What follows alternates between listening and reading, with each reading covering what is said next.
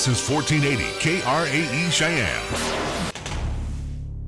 What you are about to hear is a sports talk radio show unlike any other that has ever before been broadcast in the capital city of Cheyenne, Wyoming, USA. This is Cheyenne, Wyoming's Sports Talk Authority. The Wyoming Cowboys, the Denver Broncos, the Colorado Rockies, and the Denver Nuggets. The show is local, it's regional, and yes, the show is national as well. Wyoming Sports Talk Today is on the air.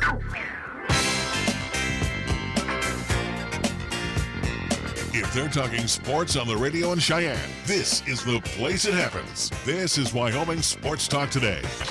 Welcome to Wyoming Sports Talk Today. Larry Perletti along with Nick Perletti, and our program being brought to you by Taco John's of Cheyenne. Over the South Greeley Highway, well, you can stop in at the Taco John's food truck. Outside, right there at the Outlaw Saloon parking lot. Downtown, KRAE Avenue. Over on the north side on Yellowstone Road here. Down on Del Range and Ridge, and if you scoot a block over, Pershing and Ridge, you'll find all the Taco John's locations here in the Cap City. So stop on by, get a six-pack and a pound for dinner tonight. Does that sound like a good deal? I think it is.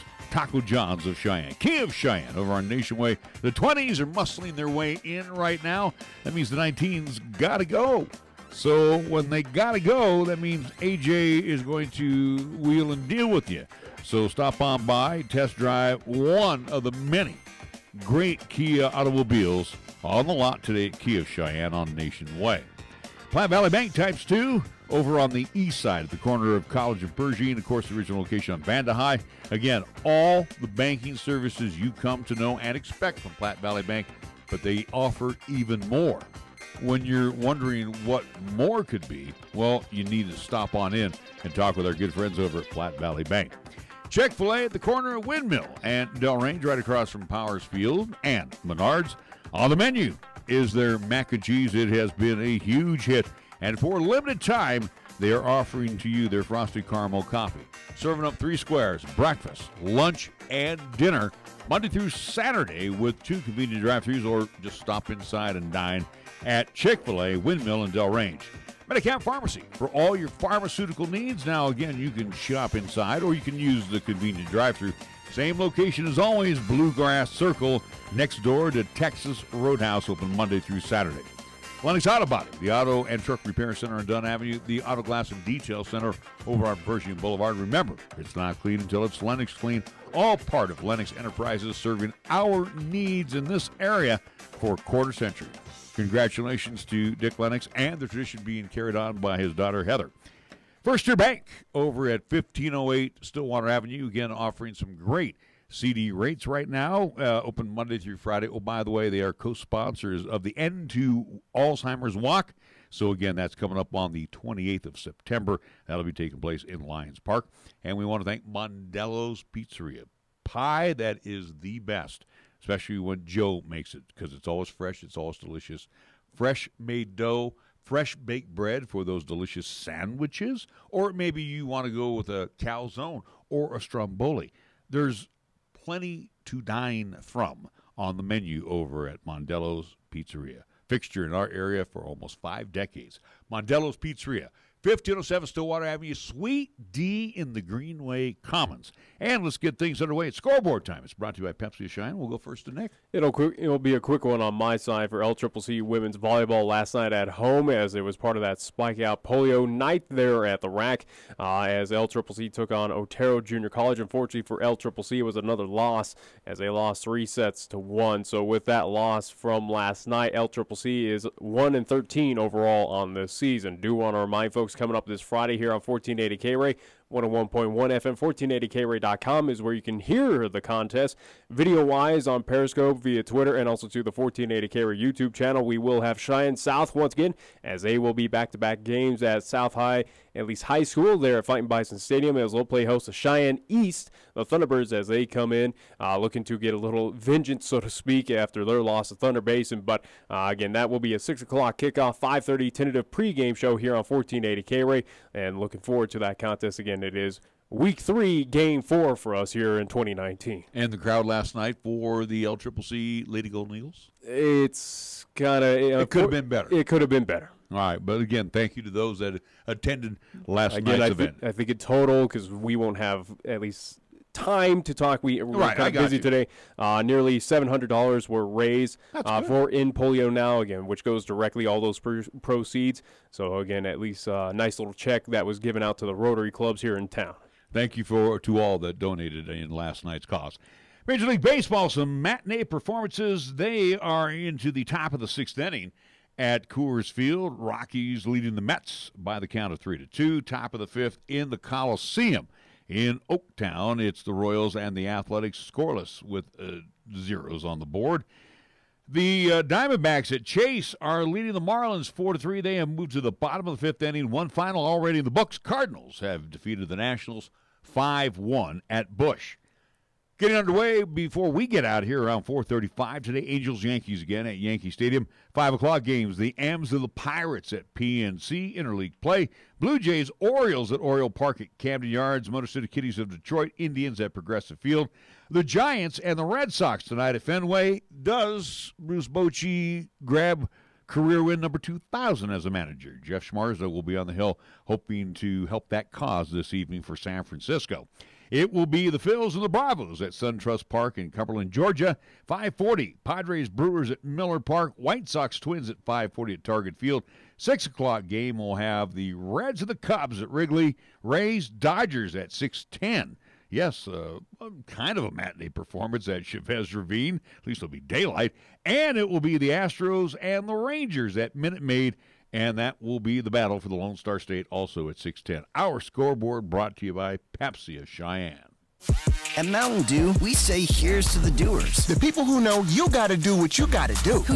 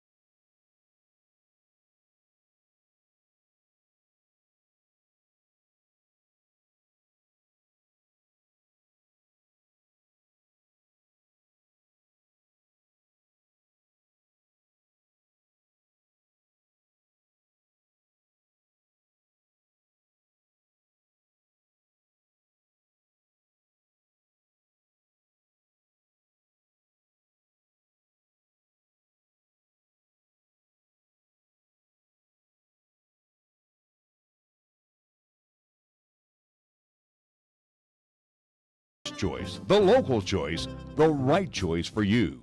Relieve your stress. I'm AJ Miller for Kia of Cheyenne. With the new Kia vehicle, you get one of the best warranties in America. The new 2020 Kia Sportage comes with a 10-year, 100,000-mile warranty. With the 2020 Kia Sportage, you get a new updated exterior, plenty of standard technology, driver-assisted features, and 2 available engines with available all-wheel drive. Come into Kia of Cheyenne. Call 775-0123 or go to kiaofcheyenne.com and we'll make it easy. Warranty is a limited powertrain warranty. See Kia.com or retailer for details.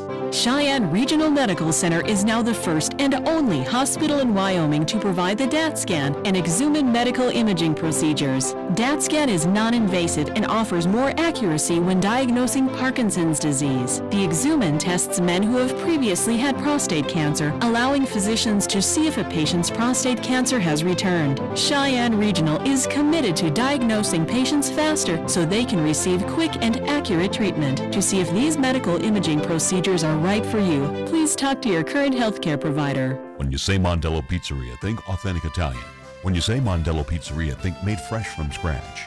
When you say Mondello Pizzeria, think great pizza, delicious Philly cheesesteak, superb hot and cold Italian sandwiches, meatballs, sausage and special subs, calzones, crisp salads, and great service. When you say Mondello's Pizzeria, think unmatched Italian taste. Mondello's Pizzeria, 1507 Stillwater Avenue, your only true Italian stop for lunch or dinner. Here's the latest weather forecast on 1480 KRAE. For today, it'll be sunny with highs around 74. For tonight, it'll be mostly clear with lows around 47. On Thursday, it'll be sunny with highs around 80. And on Thursday night, it'll be partly cloudy with lows around 50. You're listening to Cheyenne's new Sports Talk Authority. This is Wyoming Sports Talk Today on AM 1480 KRAE. And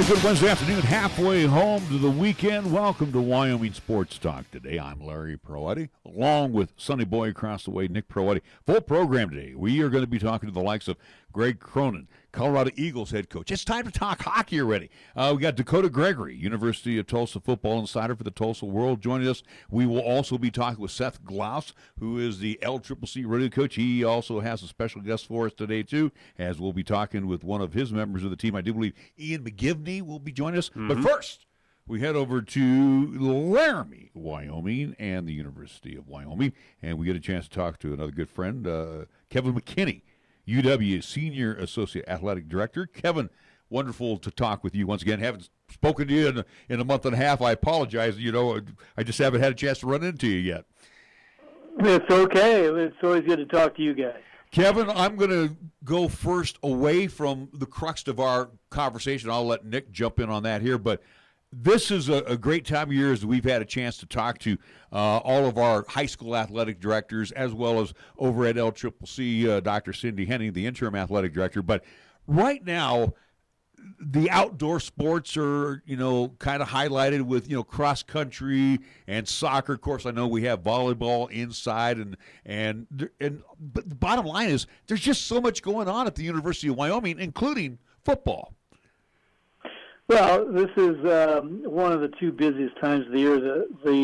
The transition from fall sports to winter sports in November is a very busy time, but everybody is going, and they're going strong right now. So you've got men's and women's golf, you've got women's swimming is starting this week, tennis is going, in addition to volleyball, soccer, and football. So, yeah, a lot of sports are going full steam right now.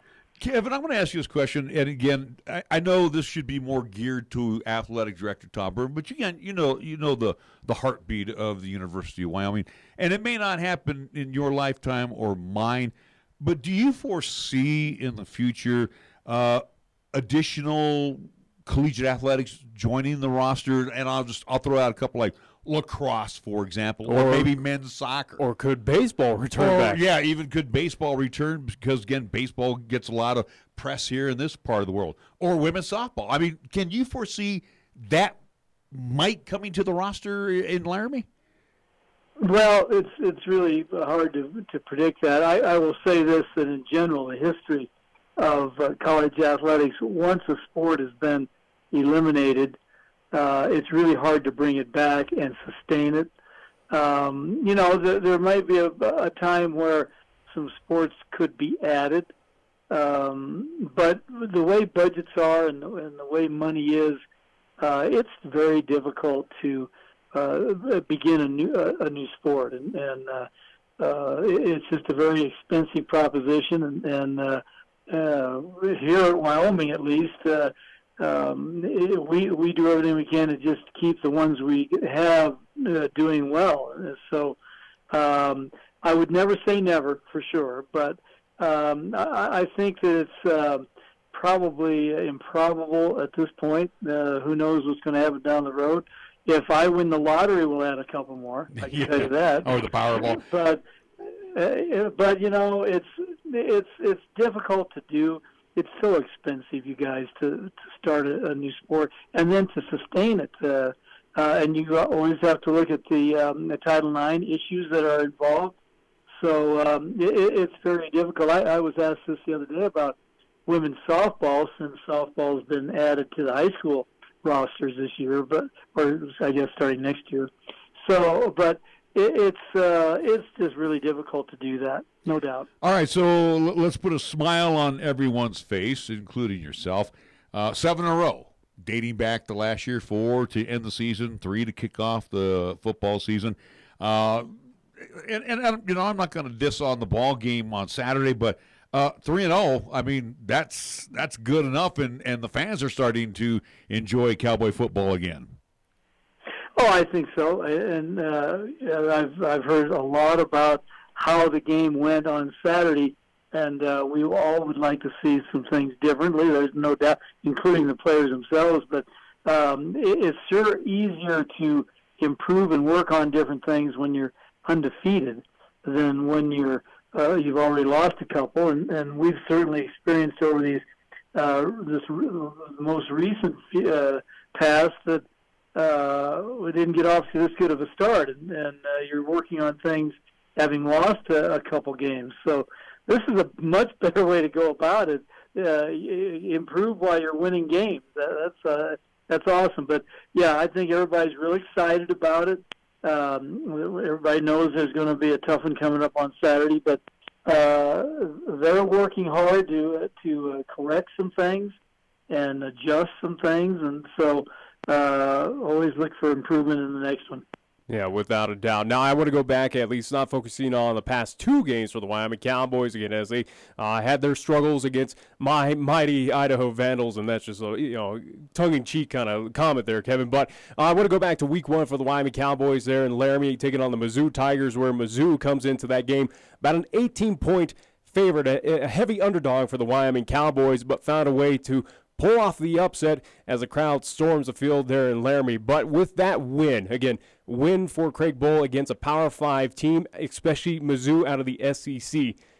The tenure for Craig Bohl as head man there at the University of Wyoming, is that his most impressive win with this football program?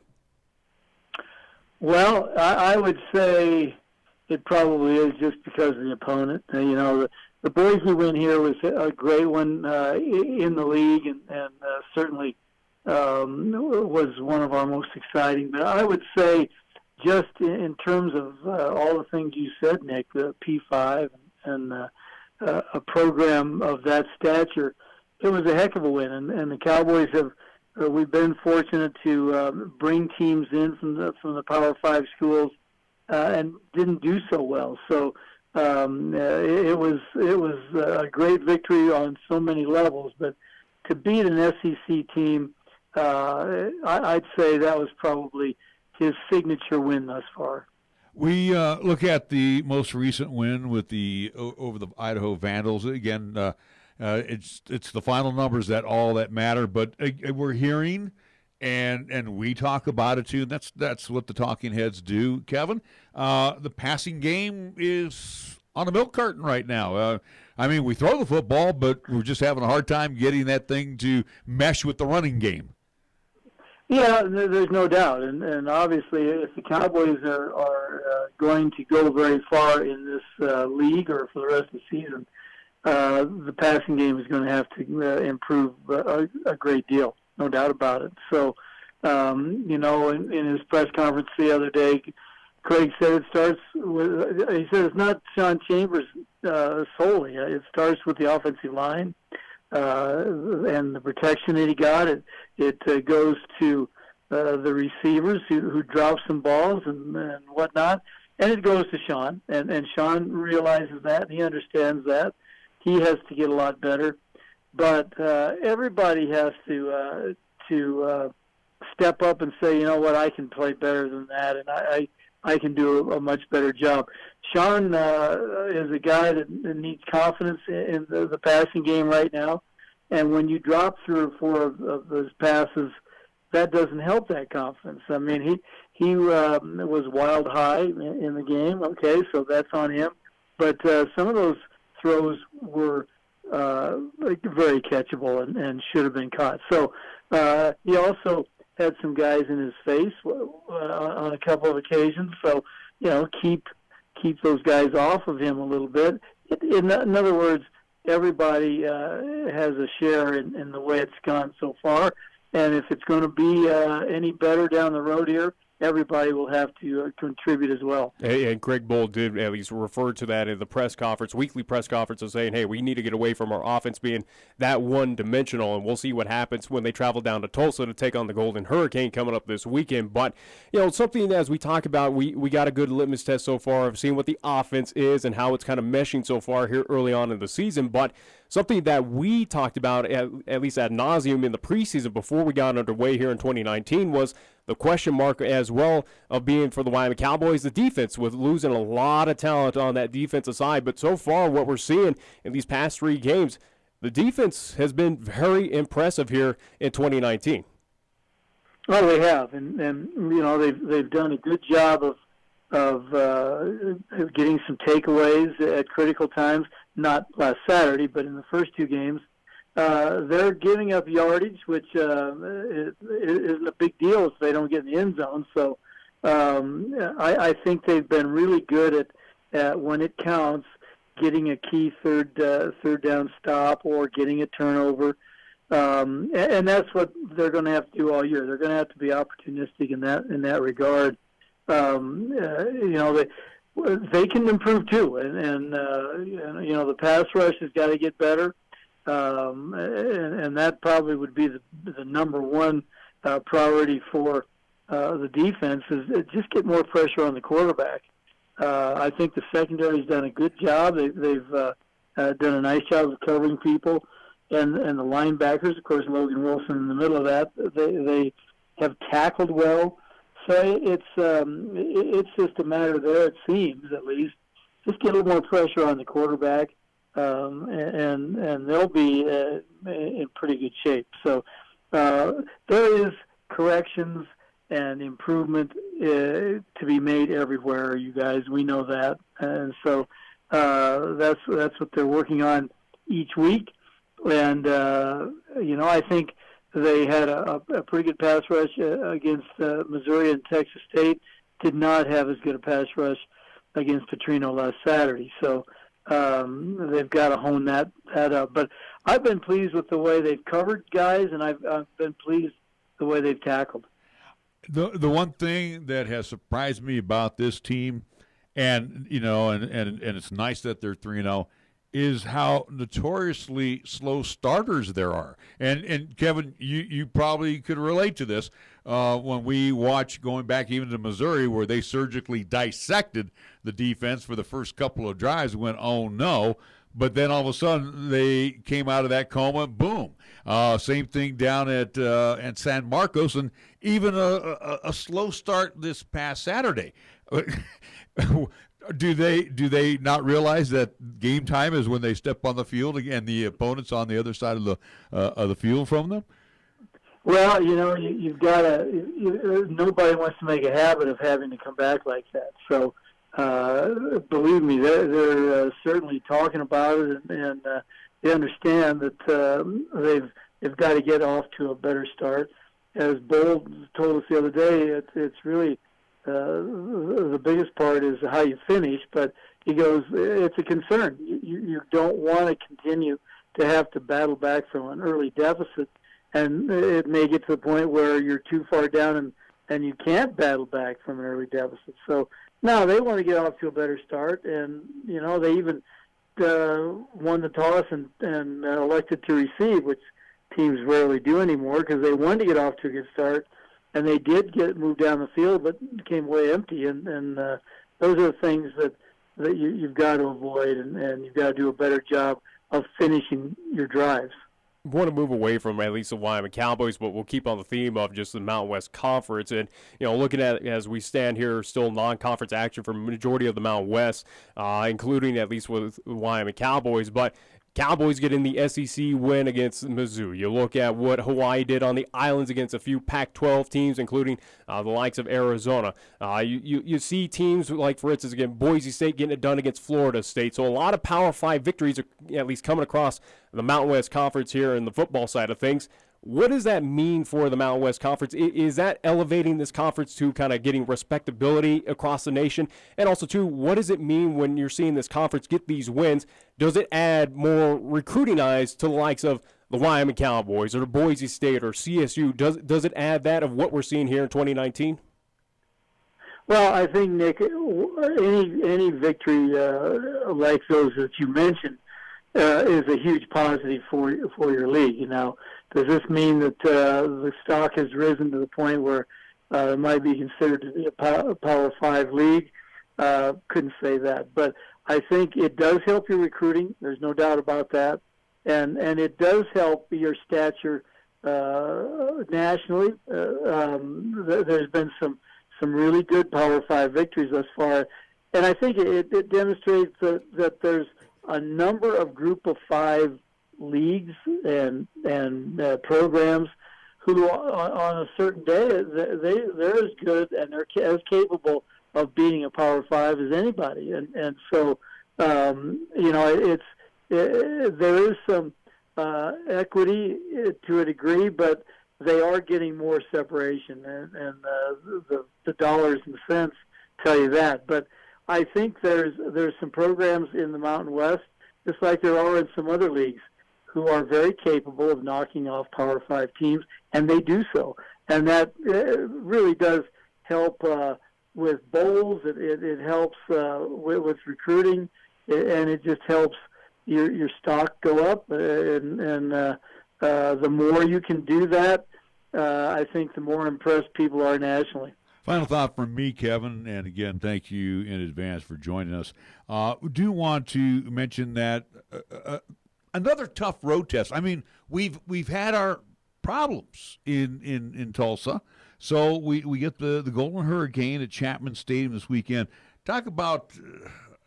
I know it's a non-conference game, but talk about the importance of this for this program, for this young University of Wyoming Cowboy program.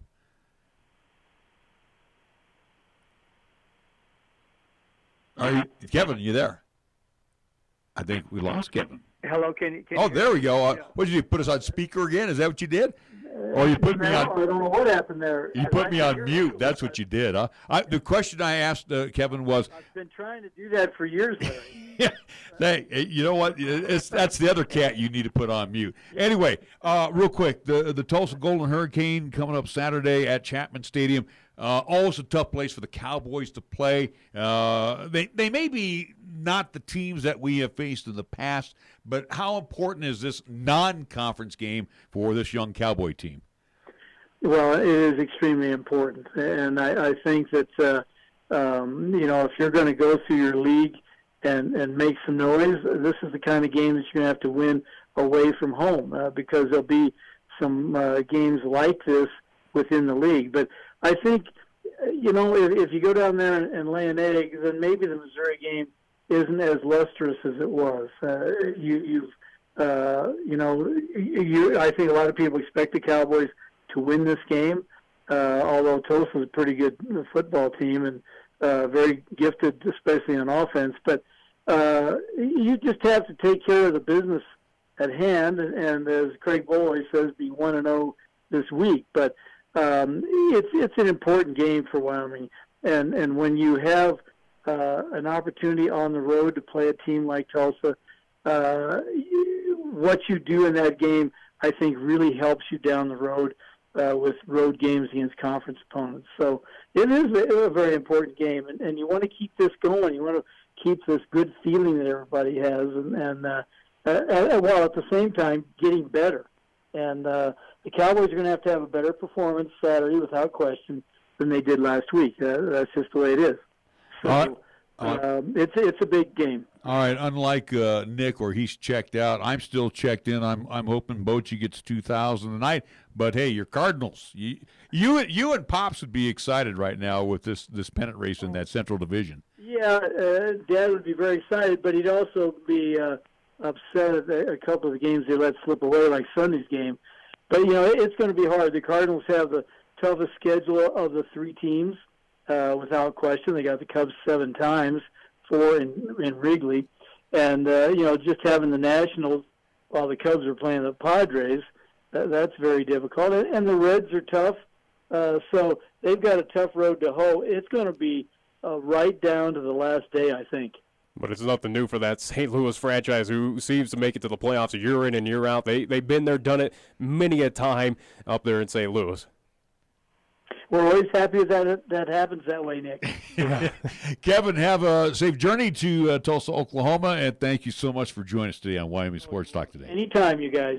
All right, Kevin McKinney, UW Senior Associate Athletic Director, joining us here on Wyoming Sports Talk today. We're going to pay some bills, and when we come back, we have our second guest joining us, and that is LCCC Rodeo head coach Seth Glause, along with Ian McGivney. Both of them will be coming up on our program after we pay these bills here on 1480 KRAE. 1480 KRAE is your home for live play-by-play coverage of high school basketball and football. Hi, this is Nick Brody inviting you to hear all the play-by-play calls of East, Central, and South football and basketball. You'll hear the conference action along with the postseason, and during the basketball season, 1480 KRAE features both boys and girls games. Catch all the exciting calls on AM 1480 KRAE, also streaming the games worldwide on the web at 1480KRAE.com. First Tier Bank is proud to team up again with the Wyoming chapter of the Alzheimer's Association. You're invited to join and participate in the Alzheimer's Association Walk to End Alzheimer event on Saturday, September 28th. Registration begins at 10:30 in the morning at Lions Park at the South Picnic Shelter. For more information, contact Janet Lewis at 307-287-6569 or go online to alz.org/walk to learn more. We'll see you Saturday, September 28th at Lions Park for the Walk to End Alzheimer's, brought to you by the Wyoming chapter of the Alzheimer's Association and First Tier Bank, member FDIC, and an equal housing lender.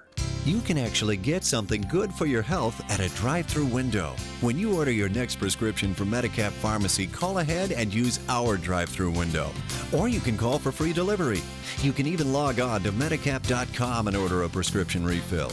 Your Medicap pharmacist will call you to make arrangements for pickup or delivery. Medicap Pharmacy will always make time for you. Medicap Pharmacy, 1947 Bluegrass Circle, next to Texas Roadhouse in Cheyenne. Or call 635-3712. Get the ultimate six-pack. With a six-pack and a pound of Taco John's, 6 seasoned beef tacos, and a pound of potato olays. Get them gains. A deal this good means you'll never want to skip six-pack and a pound day. Craver Savers. Crunching. Taco John's. Bigger, bolder, better. 6 seasoned beef tacos and a whole pound of potato olays for just $11.99. Family-owned and operated Riverbend Nursery and Stone Company invites you to check out the fabulous fall tree and shrub sale going on now. You'll find savings from 25 to 50% off. And believe it or not, this is a great time to plant your trees and shrubs. The ground temperature is still warm, even though the outdoor temperatures are cooling down. Riverbend also has fall plant care items for you to select from, including rose collars, mulch, tree wrap, Jernan's winterizer, and much more. Also check out the nice selection of fall mums and pansies. Serving our area since 1977 with the best materials to help you grow them hardy and healthy. Riverbend Nursery and Stone Company, now open Monday through Saturday, closed Sundays on Yellowstone Road in North Cheyenne. The message is simple: drive sober or get pulled over. If you drink and drive, remember it's illegal and it can cost you your freedom or worse, your life. It's been determined that a blood alcohol content of 0.08% or more can impair you considerably when you are behind the wheel. Financially, it can devastate you if you get arrested. More importantly, it could result in losing a friend or a family member. That price is too high to pay. Call a designated driver after enjoying a night out and get home safe. Paid for by Federal Highway Safety Funds. When it comes to sports talk in Cheyenne, it's a whole new ballgame. Let's play ball! You're listening to Wyoming Sports Talk today, and it's only here on AM 1480 KRAE.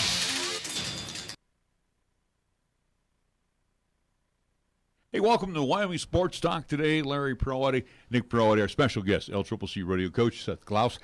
You know, Seth, as I was thinking about you guys coming in this afternoon to chat with us on Wyoming Sports Talk today, let's talk about the athletic portion of LCCC's rodeo program. Again, is it like the other sports where you're constantly recruiting? Are you recruiting all year round for those high school athletes to come to LCCC? Yeah, we recruit year round. You know, we have a lot of the same rules as the round ball sports, and we can't technically sign students till March 7th. But we have students come on official visits, come practice with us. We get to see them compete. And what do you look for from that high school athlete? Obviously, it's with their animal and what activities that they do as far as rodeo is concerned. Yeah, I mean, we're just looking for high character students.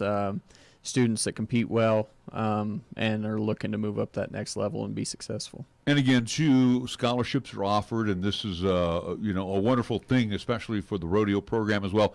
Are you on a limited number of scholarships that you'd offer, similar to basketball or the soccer program? No, I'm not on a limited number. Right now I have 36 student athletes, and I think almost 30 of them are on some sort of rodeo scholarship. Is there any opportunity, as we talk about you scouting and offering scholarships, and you're not limited to the amount that you give out there, but do you have the opportunity to do student athletes that are there at LCCC or, again, kind of looking for a home, so to speak? Could they technically walk on, at least go in front of you, Seth, and say, hey, I want to join your rodeo team and have that opportunity? Are those possibilities there?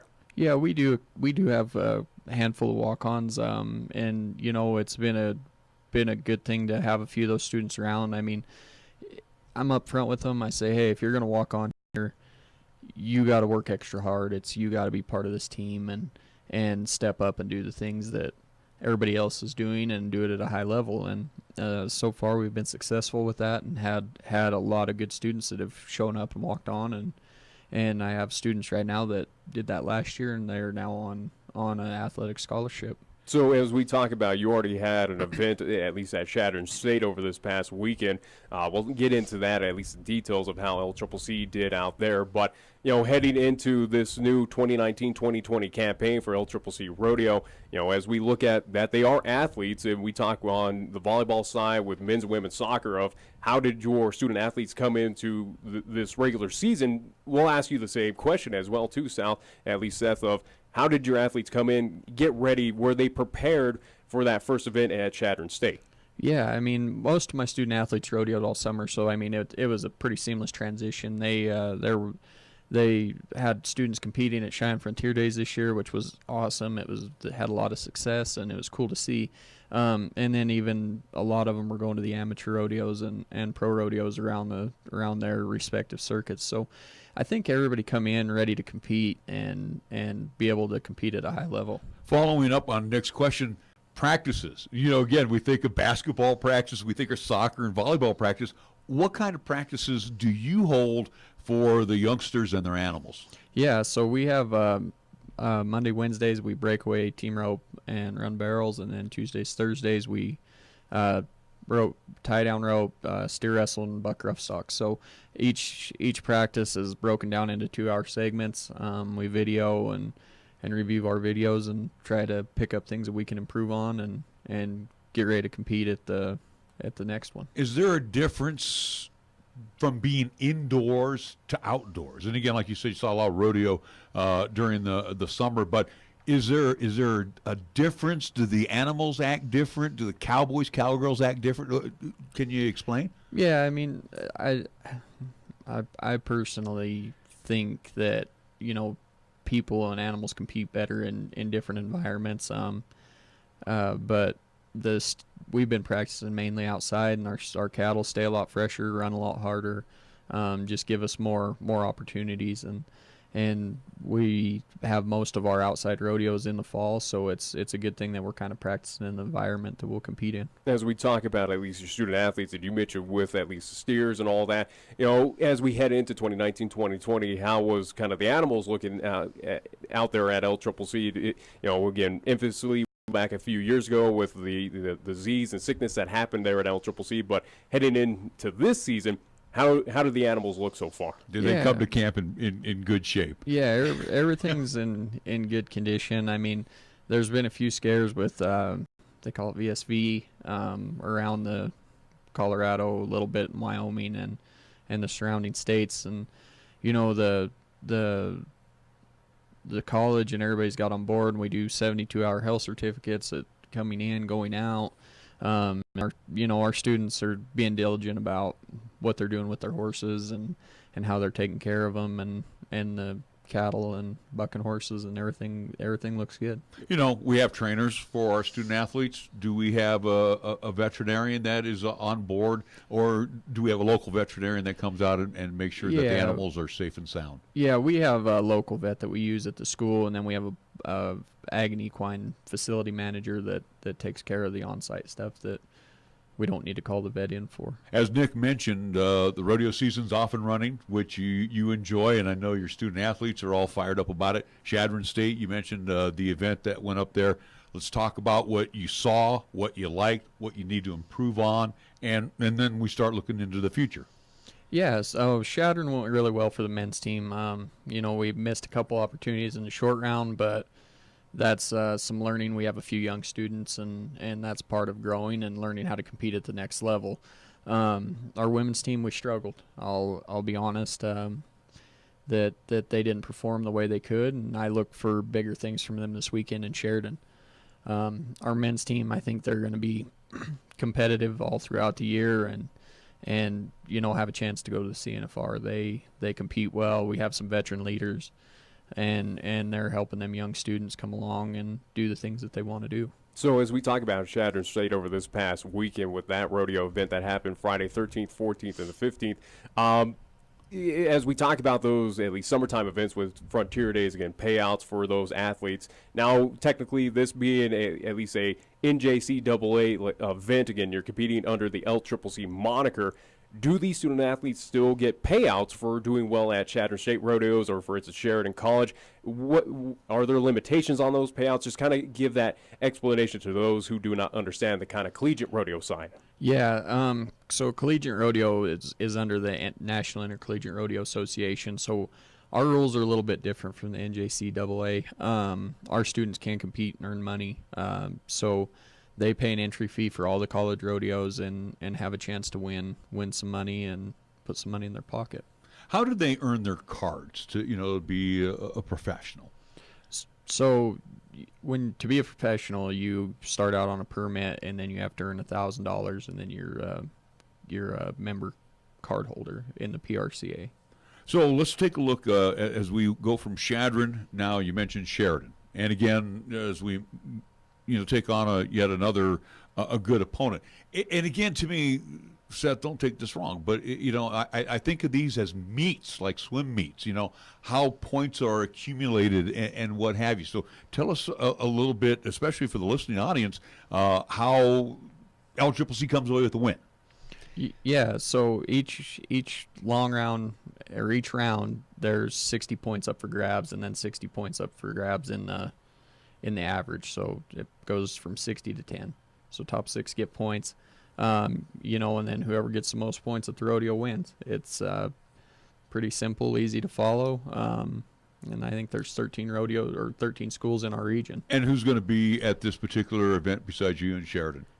You got the University of Wyoming, Chadron State College, Colorado State University, Central Wyoming College, Eastern Wyoming College, Lamar Community College, Otero.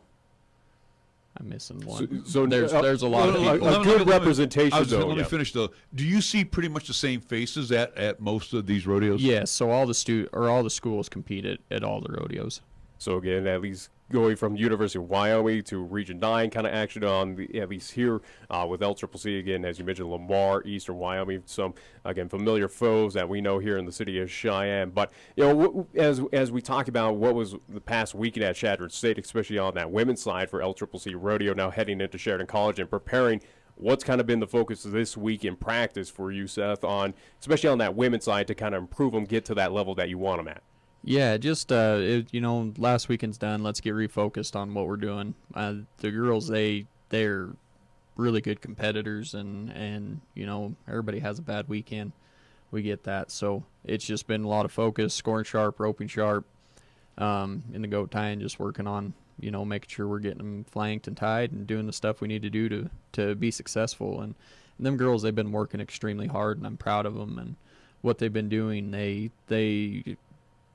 The success is going to come to them, and they just got to have the right opportunities, and it'll be great for them. You know how coaches always approach games one game at a time. So basically, you forget about Chadron State, you move on now to the event with Sheridan and all of the others that will be participating. Your approach to your team going back out and participating this weekend? Yeah, it's just let's do the same things we've been doing, and work hard. Stay committed in the classroom, stay committed in the arena, and the success will follow. And let's look ahead into the future. I know, again, one meet at a time, but let's take a look what else we got coming up. So we go from Sheridan to Riverton, and then Lamar, and then Sean Doobie Rodeo October 11th, 12th, and 13th. And again, that Sean Dewey Memorial Rodeo, again, happening here in town at the LCCC, at least Rodeo Complex. Again, as Seth mentioned, again, that'll happen October, Friday 11th, Saturday the 12th, and Sunday the 13th. So, again, on the road for at least a good amount before heading back and competing here in front of the Cheyenne audience. So, looking forward to that. Seth, as always, thank you for joining us here on Wyoming Sports Talk today. We're going to take a time and come back. We're going to introduce you to one of the members of Seth's team after these words right here on 1480 KRAE. The team at Chick-fil-A, Windmill and Del Range, directly across from Powers Field and Menards, are proud sponsors of the student-athletes for the 2019-2020 school year for high school and LCCC. Not only do they support the athletes, but they are ready for your next cater-out event, meeting, or gathering. A special thank you to Chick-fil-A and all they do for 1480 KRAE and our sister station KYOI-FM during the year. For more information, call Chick-fil-A at 638-4444. At Platte Valley Bank, we love to see our customers come through the door.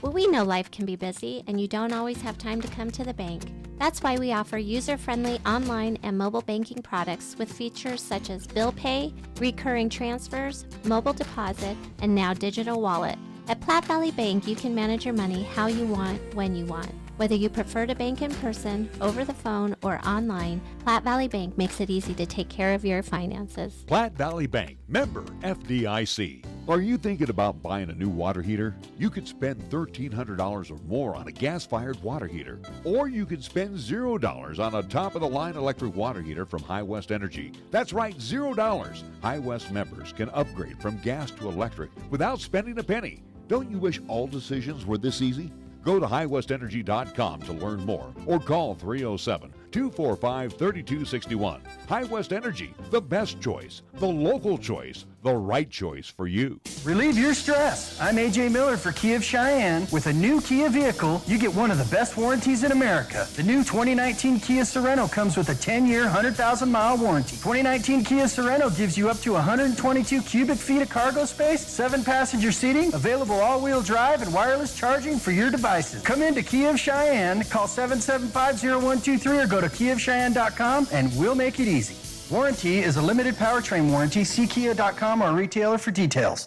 Be part of the first Innovations in Medical and Surgical Nursing Conference in Cheyenne on October 24th, 2019 at the LCCC Clay Pathfinder Building from 7:30 a.m. to 5 p.m. This conference will cover topics such as new technologies, opioid use, pacemaker care, and more. We hope you will join us in October for the Innovations in Medical and Surgical Nursing Conference. Register today at CheyenneRegional.org/innovations. Sponsored by Cheyenne Regional Medical Center. When you say Mondello Pizzeria, think authentic Italian.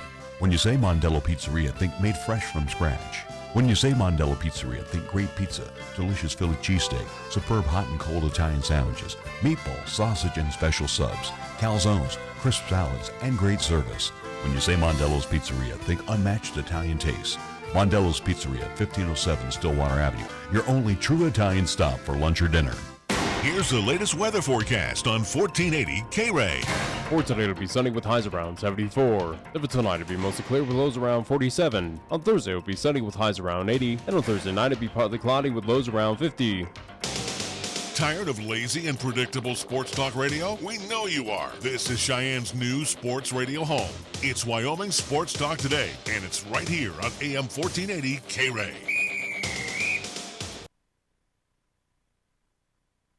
Hey, we continue our conversation on Wyoming Sports Talk today. Larry Perlotti along with Nick Perlotti. And we want to thank Coach Seth Glause for bringing in one of his student athletes, Ian McGivney. Ian, where are you from? I'm from KC, Wyoming. KC, Wyoming. So you know a little bit about rodeoing up in KC. Yes, sir. All right, let's talk about, are you a freshman, sophomore? I'm actually a junior this year. You're a junior, and what are you studying? Ag production. Ag production. There's a bulletin. So no surprise there. At least kind of goes hand in hand with that. But as you talk at KC, Wyoming, at least looking around the state of Wyoming, as Seth mentioned, again, Central Wyoming, you got Sheridan, Gillette. Again, you could look at Eastern Wyoming, Western. There's a lot of options for you to kind of continue your rodeo career. Why LCCC? Why did you decide to at least do some rodeoing with LCCC? I decided to come to LCCC because I've known Seth for quite a while, and Seth is a guy that's been there and done that. He's rodeoed, been to the biggest stages, went to the NFR. That guy knows how to win, and that's somebody I want to surround myself around. And great practice horses there with J.D. Hammaker, and it's a great school. And let's get a little information as well, too, for LCCC Rodeo. What do you compete in? I ride saddle bronc and team rope. Now, let's also talk about, where Coach was mentioning all the places that you go here, especially during the fall. You're familiar with all these locations. So is there one place that you don't like to rodeo as opposed to, let's just say for argument's sake, you like rodeoing in Chadron, but, Central Wyoming College is, Riverton's a tough place to rodeo. Are there fields like that are tough for you? See, it's nothing really like that because, of course, in high school sports and whatnot, you have a rival or you have a place that's easy to play, not easy to play. But in rodeo, it's not really like that. Every place is pretty well the same. It's going to be different stock contractors and whatnot, but other than that, it's just another fairgrounds. Well, in going off of that kind of theme and something we talked with Seth Glause about, of a situation of indoors versus outdoors, do you have a preference? Obviously, you practice indoors here at LCCC, but not every event's going to be in an indoor arena around the state of Wyoming. But do you have a preference, whether it is indoors or outdoors, when you are competing? I don't really have a preference unless it's raining and cold. When you're saddle bronching, and again, I've seen that event many times at Cheyenne Frontier Days. How do you know you got a good animal underneath you? Good saddle bronc horse. He's going to take a lot of rain, and that's what a guy hangs on to, and he's going to have his head close to the ground, and he's going to be jumping and kicking every jump and just straight down the pin, and that's what I'd say. Do you notice that right away when they open up the pen that this is one I've got a good one? Yeah, you can tell right away, and there's some that are a lot better than others, but there's a lot that are you from a family that's a ranching community? Yep. We got a ranch there in KC, and then I got some rodeo background there. My uncle's John Forbes, and he made the NFR 5 times in the bronc riding, and his two boys, Sandy and Morgan Forbes. Mo, he made the NFR as well, and Sandy rode really good too. So a lot big shoes to kind of fill for yourself there, Ian, of what the family legacy is, especially on the rodeo side of things. But as we talk, or at least before we get in kind of the future for yourself, at least on the rodeo side of things, let's go back to this past weekend, Chadron State Rodeo. Just talk about how you did at that event this past weekend.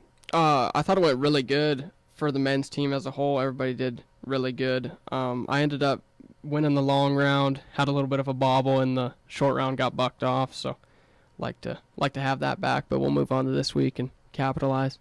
How do you I guess with the cowboys and the cowgirls on LCCC, do you guys try to help each other out? Because obviously, as Coach said, the ladies struggled a little bit at that event. So when you are practicing during the week, is there any kind of tips that you can help, or do you ride along to make them do their event a little better?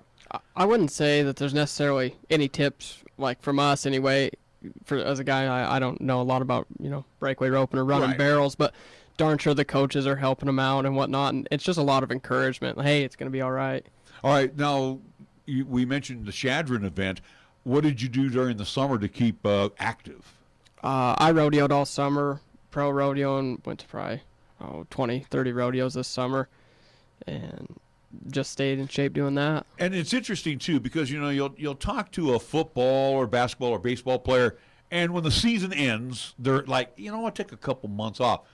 But for you guys and for the ladies as well, it's almost like this is nonstop. Do you enjoy doing this all year round?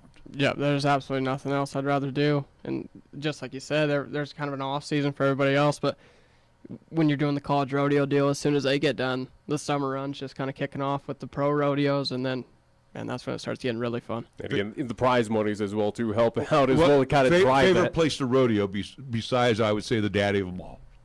I'd say the coolest place I went to this year would have been the Sheridan Wyoming Rodeo. That's a big rodeo, and it's really cool. Awesome stock.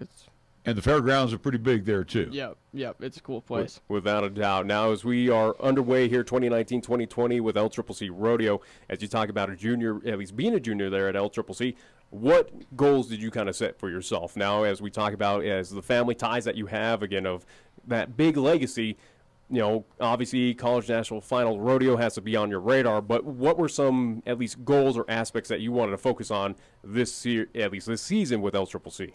My goals at LCCC this year are just to make the college finals. I want to make the college finals and win the college finals. Keep it as simple as that. There you go. Now, with Saddle Bronc, and again, the stock is provided when you're going to the different rodeos. How do you practice your craft here at LCCC? Well, as Seth said, that they have practice on Tuesdays. That's when we buck horses. We just bucked horses last night. And so we'll do that once a week. But other than that, there's a bucking machine, a spur board, and Seth's always willing to come buck that and kind of give you some tips and whatnot. Do at your family ranch, do you actually have animals out there that you could practice on? Yeah, my uncle owns about 110 head of bucking horses, and I've got on them ever since I started. He's got a really good pen of practice horses, and he actually has some of the college rodeos as well. I would say, does he get those wild out of off the range, or how does he come about getting the bucking horses? And again, too, how does he train those type of horses to become bucking horses, or is it a natural thing for them? It's darn sure a natural thing. They're all out of what's called the Born to Buck program, and it's very simple. If they want to buck, they're going to buck, and if they don't, they won't. And there's nothing you could do to make something buck like that. They want to do it. It's their job, and they love doing it. But yeah, he raises all of them, and you get them just ready to buck. Just when they're about 3 years old, you go ahead and dummy them, and that's when you have a machine, not a rider on them. Well, you mentioned the machine. Now we all think of Urban Cowboy and the mechanical bull, so to speak. Bucking machine. Tell us a little bit about that. Bucking machine's a little bit different than where you'd see it, like a carnival or whatnot, like the mechanical bull. Bucking machine just bucks in one fluid motion. It doesn't spin or it doesn't turn. And it's basically just a place to fine-tune your fundamentals. They'll get a nice little practice opportunity for you or for whoever, again, getting into that event. Now, as we talk about, or at least kind of alluded to, a future for you, Ian, obviously you still got this season to focus on at LCCC, obviously schooling as well, too, there at LCCC. But any goals afterwards, LCCC, of once you graduate from there? Obviously, you do have the option, again, former LCCC head coach now over at least at the University of Wyoming, Bo Clark. There is an option like that. Is that on your radar to move to that four-year school, or is it once you're done and got your at least degree here at LCCC, try to attempt that kind of professional ranks? Yeah, my plan is to finish my degree here at LCCC and then buy my pro card and just go rodeo and just work hard and get better every day and just rodeo. KC Wyoming's own Ian McGivney joining us here on Wyoming Sports Talk Day. Hey, we wish you all the best. Thanks for coming in. And like I told Seth after we took our little break there, Nick, same thing. Always learning something new from the sport of rodeo. And again, glad that LCCC really has a high-class caliber program. Thank you so much, Ian. We appreciate it. Thank you, guys. We're going to take a timeout. We got more coming up right here on Wyoming Sports Talk Today. Monday through Thursday for the golden age of radio, featuring famous radio classics such as Jack Armstrong and Suspense Theater, along with pioneers in the entertainment industry like Bob Hope and Abbott and Costello, along with many other performers who've captured our ears many, many years ago. Join us for the golden age of radio Monday through Thursday, 8 until 10 p.m. on 1480 KRAE, also 101.1 FM, and you can also stream all of our programming on 1480krae.com. First Tier Bank is proud to team up again with the Wyoming chapter of the Alzheimer's Association. You're invited to join and participate in the Alzheimer's Association Walk to End Alzheimer event on Saturday, September 28th. Registration begins at 10:30 in the morning at Lions Park at the South Picnic Shelter. For more information, contact Janet Lewis at 307-287-6569 or go online to alz.org/walk to learn more. We'll see you Saturday, September 28th at Lions Park for the Walk to End Alzheimer's, brought to you by the Wyoming chapter of the Alzheimer's Association and First Tier Bank, member FDIC, and an equal housing lender. At Medicap Pharmacy, we concentrate on nothing but your medications and your health. Each location is a locally owned full-service neighborhood pharmacy. We won't make you walk through aisles and aisles of stuff or wait in a long line. Instead, we'll always make time for you by listening, answering your questions, and explaining your prescriptions. Medicap Pharmacy. We'll always make time for you. Medicap Pharmacy, 1947 Bluegrass Circle, next to Texas Roadhouse in Cheyenne. Or call 635-3712. Get the ultimate six-pack.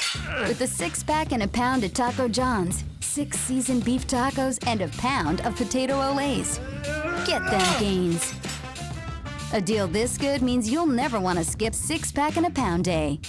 Craver Savers. Crunching. Taco John's. Bigger, bolder, better. 6 seasoned beef tacos and a whole pound of potato olays for just $11.99. This is 1480 KRAE Cheyenne. Also being heard on translator K266CC Cheyenne at 101.1 FM. What you are about to hear is a sports talk radio show unlike any other that has ever before been broadcast in the capital city of Cheyenne, Wyoming, USA. This is Cheyenne, Wyoming's Sports Talk Authority. The Wyoming Cowboys, the Denver Broncos, the Colorado Rockies, and the Denver Nuggets. The show is local, it's regional, and yes, the show is national as well. Wyoming Sports Talk Today is on the air.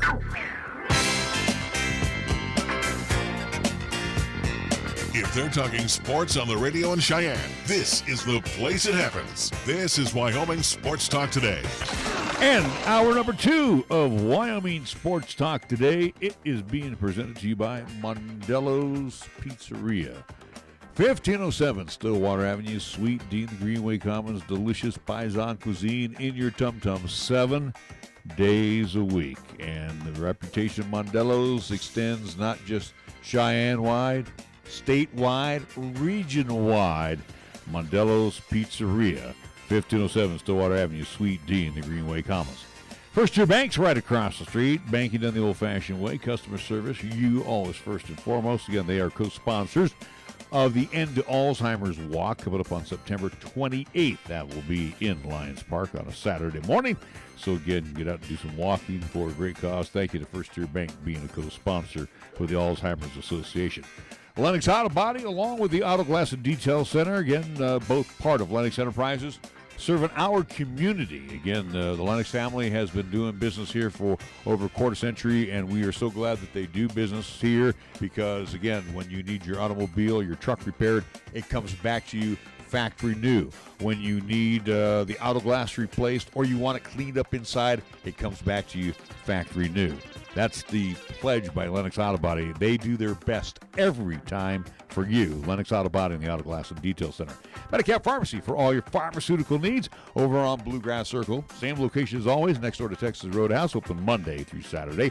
Chick-fil-A at Windmill and Delrange across from Powers Field and Menards. Again, on the menu right now is their mac and cheese. It's been a huge smash, along with, for a limited time, their frosted caramel coffee. 6 days a week, you can enjoy breakfast, lunch, and dinner inside or use the convenient drive-thru at Chick-fil-A, Windmill, and Delrange. Platte Valley Bank times 2 on Vanda High and at the corner of College and Pershing. Again, banking for you with all of the services that you expect from Platte Valley Bank, and they even go a little bit further for you. For example, maybe you need a remodel loan, a home loan, auto loan. Yeah, everybody has that. Have you tried their HELOC loan? Yeah, their home equity line of credit. Talk with Rick and the gang over at Platte Valley Bank in Cheyenne. Key of Cheyenne over on Nation Way. The 19s must go because the 20s are muscling their way in right now, and the 20s look beautiful. But again, you're going to find some sensational savings on the 19s. So kick a few tires, take a test drive, let AJ and the crew fill out the paperwork. You take home your favorite Kia from Key of Cheyenne. That's the only place you need to be on Nation Way. And we want to thank Taco John's of Cheyenne. Yeah, they're already pushing that 6-pack and a pound. Does that sound like a whale of a deal? I mean, we're talking 6 beefy tacos, whether you have them soft shell or hard shell, and then a pound of potato olays for a low price. Yes, and you can find Taco John's. You can find the food truck in lieu of the remodeling over on the South Greeley Highway, or you can go to the downtown location, KRAE Avenue, the north side on Yellowstone. Here on the east side, you will find them over at Del Range and Ridge, and even Pershing and Ridge. Yeah, many locations for you to enjoy delicious Taco John's cuisine.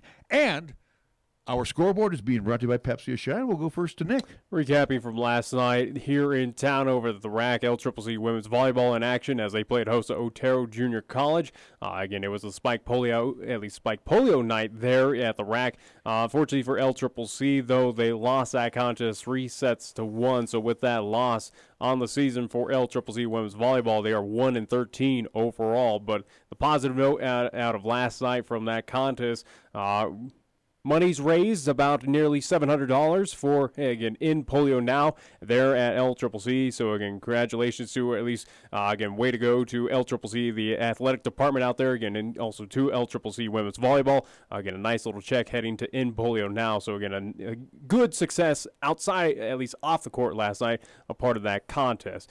Do want to remind folks as well, too, coming up this Friday here on 1480 KRAE, 101.1 FM, 1480KRAE.com, and video live streaming on Periscope via Twitter, and also too on the 1480 KRAE YouTube channel. We will have Cheyenne South once again, as they'll be back at South High. They will be at Fighting Bison Stadium as they play host to Cheyenne East coming up this weekend. Kickoff is 6 o'clock, 5:30 tentative pregame show here on 1480 KRAE. Looking forward to it as it is game 4 for us, but week 3 in Class 4A. Major League Baseball, they've moved to the top of the 8th inning at Coors Field. Rockies are leading the Mets 4-3 in the contest. For anybody that cares, Pete Alonso, home run number 49 to lead the majors this season, as the Mets are trailing the Rocks 4-3. End of the 8th inning at the Oakland Coliseum, and there is a bunch of goose eggs on the board. No score after 8 between the Royals and the Swinging A's. Top of the 8th inning at Chase Field, Diamondbacks continue to lead the Marlins 5-4. Final already in. Cardinals, we'll say Kevin McKinney's Cardinals beat the Nats today 5-1 at Busch. Getting underway while we'll be on the air around 4:35. Angels, Yankees from the Bronx. It will be the Mariners and the Pirates at PNC in the 5 o'clock hour. Blue Jays, Orioles at Oriole Park at Camden Yards.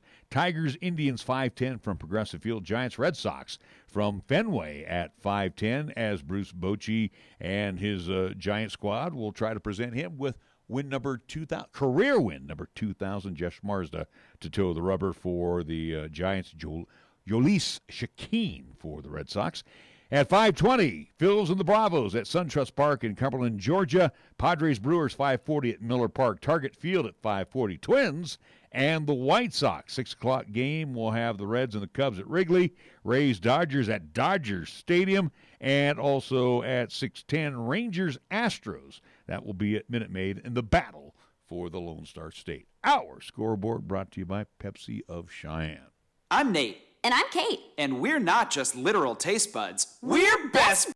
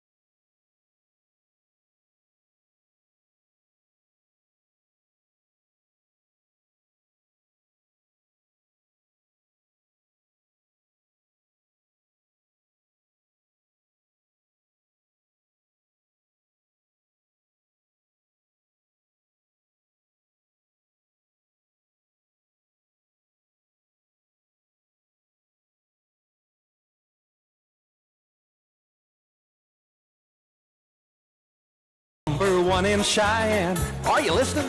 We're all the lumber store you'll ever need. For electrical, plumbing, paint, and tools, lumber and hardware, we're for you. And we're out to earn your business, yes indeed. Capital Lumber is lumber one today. Are you listening? Capital Lumber's at your service all the way. Capital Lumber Company, serving our area for over 53 years at 1222 Dunn Avenue in Cheyenne. We are the key to your cleaning success. The Key People that provides affordable office and professional cleaning services for over 40 years with exceptional customer care. All of our contractors have background checks and are licensed and bonded. We guarantee you a safe and secure service that is tailored to your individual and business needs. The Key People do not impose year-long contracts, and all quotes are free, confidential, and personalized. Call the Key People at 1-800-468-8283.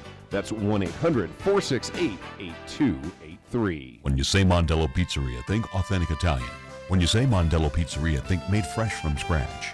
When you say Mondello Pizzeria, think great pizza, delicious Philly cheesesteak, superb hot and cold Italian sandwiches, meatballs, sausage, and special subs, calzones, crisp salads, and great service. When you say Mondello's Pizzeria, think unmatched Italian taste. Mondello's Pizzeria, 1507 Stillwater Avenue, your only true Italian stop for lunch or dinner. Here's the latest weather forecast on 1480 KRAE. For today, it'll be sunny with highs around 74. For tonight, it'll be mostly clear with lows around 47. On Thursday, it'll be sunny with highs around 80. And on Thursday night, it'll be partly cloudy with lows around 50. Got something to say? Then get it off your chest right now. Phone lines are open at 307-514-1071. Make your opinion count and call the show. Wyoming Sports Talk today.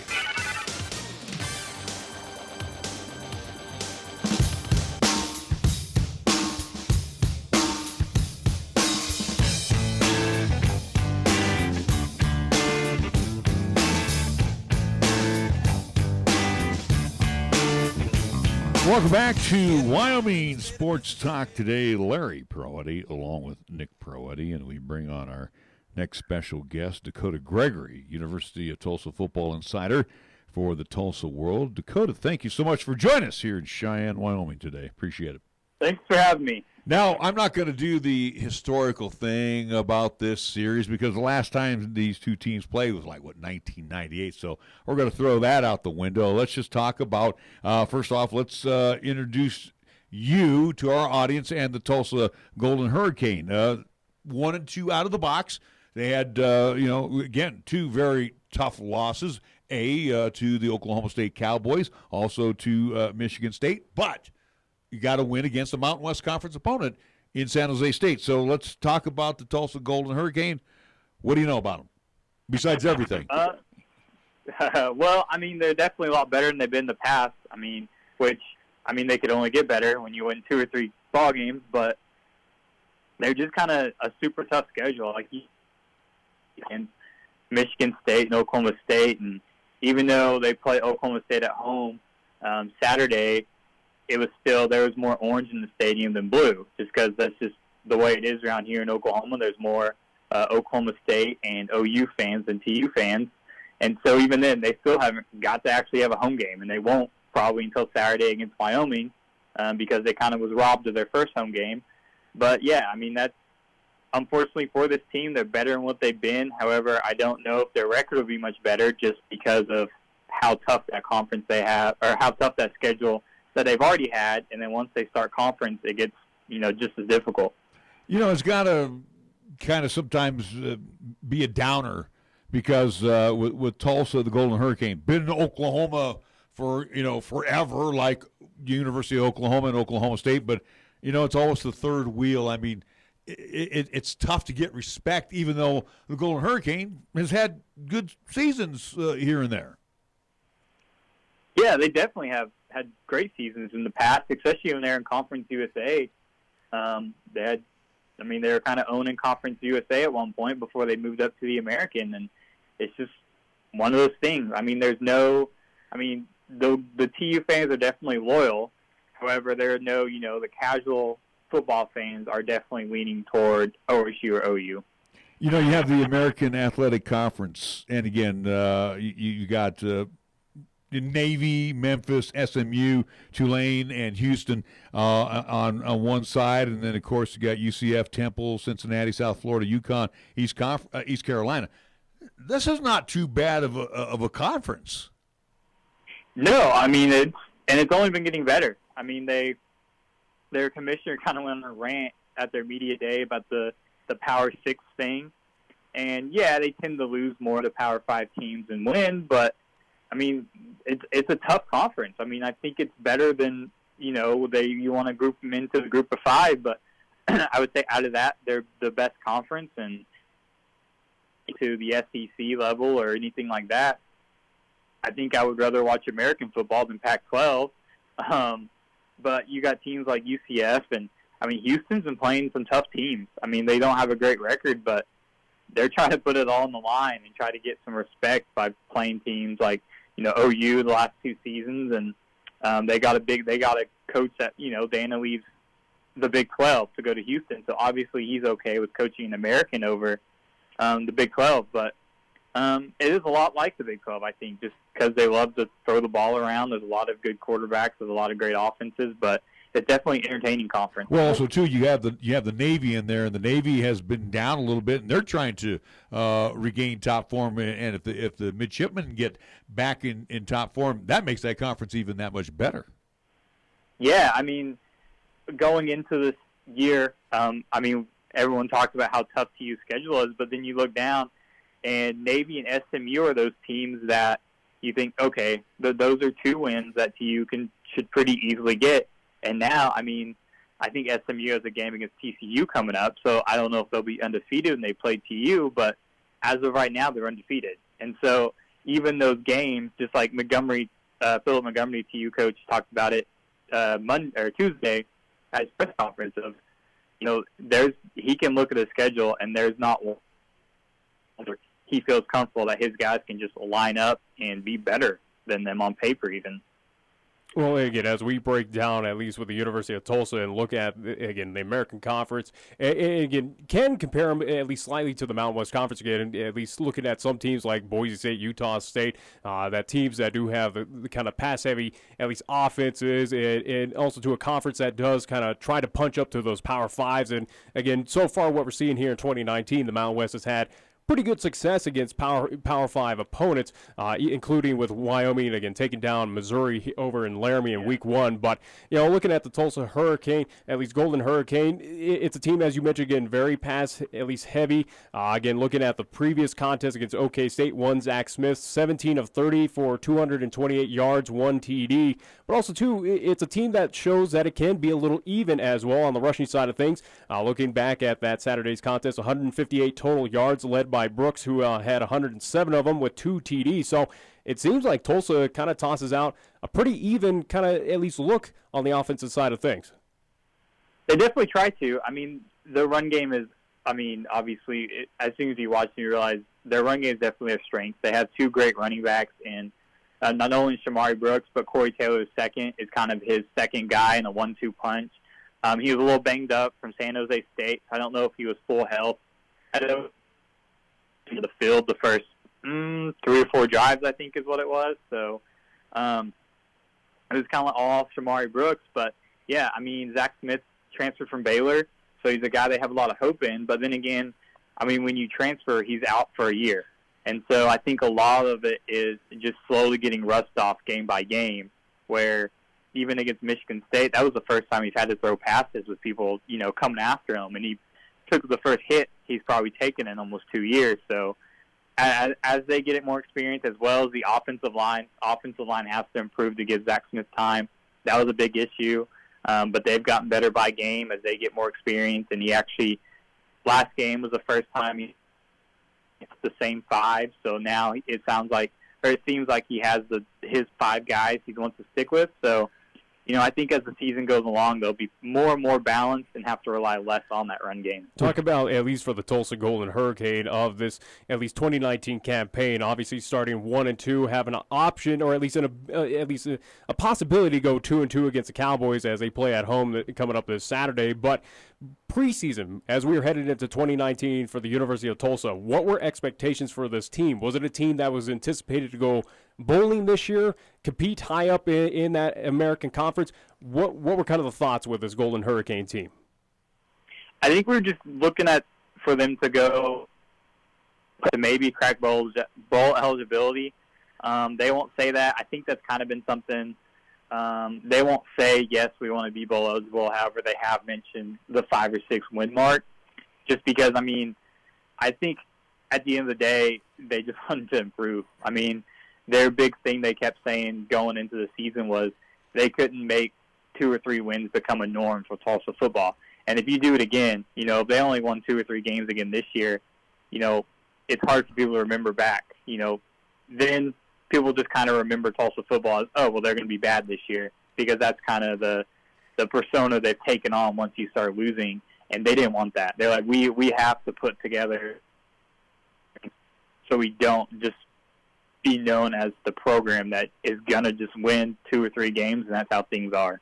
We're talking with Dekota Gregory, University of Tulsa football insider for the Tulsa World. So during your weekly press conference, as we have our weekly press conference here with head coach Craig Bull, what concerns Tulsa with the Wyoming Cowboys? I think obviously their run game. I mean, I don't think it's no secret that, you know, they love to run the ball. That's even before McGivney came out, when it was just us media guys talking, we talked about how much they run the ball, and they're good at it. And, of course, the Missouri win comes up. I don't think when we were looking at the schedule, the conference schedule, we didn't really look too much at Wyoming, because you had Michigan State right off the bat, then you had OSU, and then we were going to we're looking at, you know, their conference schedule. But, you know, week 1, Wyoming knocks off Missouri, and it raises eyebrows. And you think, oh, wow, this is probably a team that Tulsa is going to struggle with, and it's going to be a good game. And, you know, it was brought up week 1 to Montgomery, the fact that they beat Missouri, about Wyoming beat Missouri, and asking him about it, and he kind of just laughed of, yeah, kind of their schedule just keeps getting tougher. You know, every week, as soon as you think it's tough enough, you have a team that knocks off an SEC opponent. So between that, you know, they're dangerous, you know, they're going to run the ball. Defense, but it's a 3-4 defense, so it'll be interesting to see how that 3-man front matches up with the way Wyoming runs the ball. It's interesting that we don't know much about Tulsa, as you don't know much about Wyoming, but we know the Cowboys coming at 3-0, year 1 and 2, again, non-conference. Are you shocked or maybe surprised that the odds makers have the Golden Hurricane 3.5-point favorite at home? I was a little bit, actually. When I just think of, you know, like I said, I don't know much Wyoming, but seeing that they did beat Missouri, they're 3-0, Tulsa's 1-2, I was a little surprised. I guess maybe the difference was the fact that it's in Oklahoma. Wyoming would probably be the favorite, would be my guess. Well, and as we at least preview this contest again coming up this Saturday, at least Mountain Standard Time, it'll be underway at 1:30 kickoff. CBS Sports Network is where you can watch this game if at least Wyoming fans aren't able to travel down to Oklahoma for this contest. But what does Tulsa need to do to get the victory, to solidify that 3.5-point spread that they got at least favored at home? What does Tulsa need to do to come away with a victory, or so to speak, the upset against the Wyoming Cowboys? I would say just to get their offense going. I mean, Zach Smith's got to find a rhythm to get stuff going in the passing game, and that, I think, surrounding this TU defense. This TU defense is good. I mean, Oklahoma State has by far one of the best offenses in the country. I mean, not the best, but, you know, they're up there. And the weapons they had, and they were able to hold Oklahoma, you know, 41 or 40 points kind of looks bad on paper, but they played well. I mean, they forced 2 turnovers. They kind of gave in eventually. When you have that much firepower going after you, you're going to give up some points eventually. But most of them, I mean, they gave up 2 early touchdowns, and they shut them out or kept them out of the end zone until the third quarter. So I think you know the defense is going to keep you in this game no matter who you're playing. It's just if the offense can score some points on Wyoming's defense to, you know, make up for what the offense or what the defense is doing. All right, well, Dekota, we want to thank you so much. We appreciate you joining us here on Wyoming Sports Talk today. What's the weather going to be for Saturday down there in Tulsa? Probably definitely hotter and more humid than this there, I would imagine. It's dry. It's a dry heat up here, believe me. All right, so, again, going to be another hot one. Well, you know, they already had that hot game down in San Marcos, so I would venture to say similar weather conditions down there for Tulsa. Yeah, I would imagine so. That's what Montgomery, it was actually brought up at the press conference as if it makes a difference to them coming, and Montgomery said he's hoping it gets as hot as it can for him. All right. Dekota, thanks so much for joining us today on Wyoming Sports Talk today. Right now, it's 4:26 on this Wednesday afternoon. Again, halfway home to the weekend. Again, Dekota Gregory most recently joining us here on Wyoming Sports Talk today. Earlier, we had Kevin McKinney, Seth Glause from Kevin McKinney from University of Wyoming, and Seth Glause from LCCC, along with Ian McGivney, also a member of the LCCC Rodeo team. So, again, we want to thank all of our guests thus far. When we come back, we have yet another guest. He is Greg Cronin, the Colorado Eagles head coach. We're going to talk hockey. That's coming up here in just a bit on 1480 KRAE. First Tier Bank is proud to team up again with the Wyoming chapter of the Alzheimer's Association. You're invited to join and participate in the All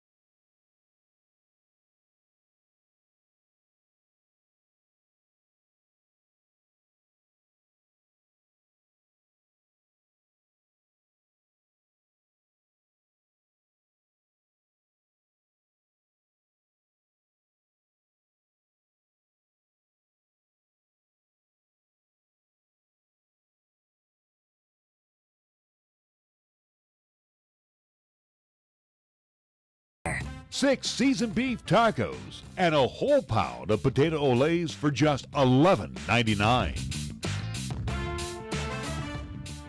For almost 60 years, 1480 KRAE has been Cheyenne's home for good times and great oldies. Add to that live play-by-play sports featuring high school football and basketball, along with LCCC men's and women's basketball. Now combo that with KYOY FM, and you have Cheyenne and the area's only locally owned AM and FM radio stations. But we don't stop there. We also have 2 FM translators which serve the area with programming from both KRAE and KYOY. And that equals a lot of bang for your advertising dollar. Radio yesterday and now today, along with our websites, web streams, and digital ventures, makes us your one-stop shop. For more information, please call Don Morris at 307-637-0301. Take care of stress. I'm AJ Miller for Kia of Cheyenne. With the new Kia vehicle, you get one of the best warranties in America. The new 2020 Kia Soul comes with a completely redesigned exterior and interior, all new high-tech features, and an available turbocharged engine. This hatchback has 16 exterior color options and plenty of available features. Come into Kia of Cheyenne, call 775-0123 or go to kiaofcheyenne.com and we'll make it easy. Warranty is a limited powertrain warranty. See kia.com or a retailer for details.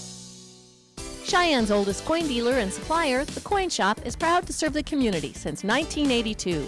Trade or sell your gold, silver, and other precious metals. Visit with David and the knowledgeable staff for a fair and honest assessment of your valuables. Located at 510 West Lincoln Way. Call them today at 778-7196 to schedule your personal consultation. You bleed brown and gold? So do we. Wyoming Cowboys football and basketball is always front and center on this show. This is Wyoming Sports Talk Today, and it's here on AM 1480, KRAE.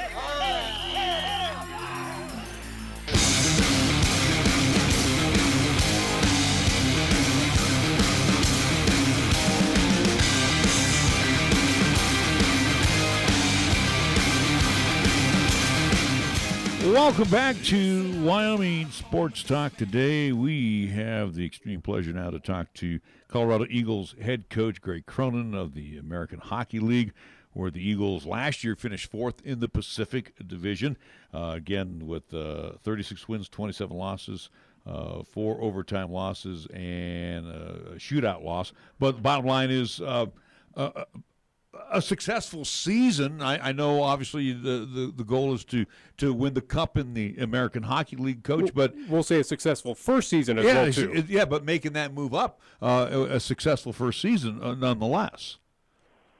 Well, I mean, the expectations in the American League, I think, are a lot different than the East Coast League, particularly with a new franchise and then a level of competition that Loveland and Northern Colorado hadn't seen before. And, the history in the organization, they hadn't made the playoffs in something like 8 years. So I think everybody was realistic that to make the playoffs would be a major win for the organization, and then see where we stand, and then try and build from there. And that's where we're at now. Coach, you're the feeder program to the Avalanche, and of course, those that need to rehab at times, or coming off injury, sometimes will, And the good news is, only has to go 50 miles north to Loveland. But I guess from a coaching standpoint, I don't want to use the word disruption, but you get set lines and set groups that you want to put on the ice. Is that sometimes? Does it change things up that you're not expecting? Yeah, but that's the drill in the American League, and you really don't have a lot of stability with your roster, and you just have to be prepared for it, and like you're really juggling kind of in survival mode when they take 3 or 4 people up, and it's an interesting dynamic because you're happy for the guys that are being called up because that's their dream. And then you're trying to salvage a lineup, and usually, in our situation, we're replacing those players with the East Coast League players, which is what the Eagles were doing 2 years ago. So you've got guys that are excited to go up to the NHL, and then you're replacing them with guys that are excited to come up from the East Coast League to the AHL. So it's an interesting dynamic, and you just got to try and do the best of what you got. And that's the end of the day. You can't control it, so just do what you can with what you have. As we're underway with the preseason early on in the NHL, especially with the Colorado Avalanche, for Eagles fans, especially up here in at least Cheyenne, Wyoming, who know this roster very well from the 2018-2019 campaign, but who are some of the names right now trying to compete for positioning with that Colorado Avalanche who are skating on the ice right now that may possibly leave the Eagles and join the Avs coming up this season? Well, A.J. Greer is probably at the top of that list. He was with us most of the year last year. I think he played maybe 10, 12 games with the Avalanche, and he's a third-year pro, and usually it's the make-it-or-break-it season for those third-year guys. And then, there's a young kid named Shane Bowers who came in last year at the end of the year. He's a first-round draft pick out of Boston University, and the fans saw him last year at the end of the year, and he was in the playoffs for us. I think he's got a bright future. Frankie...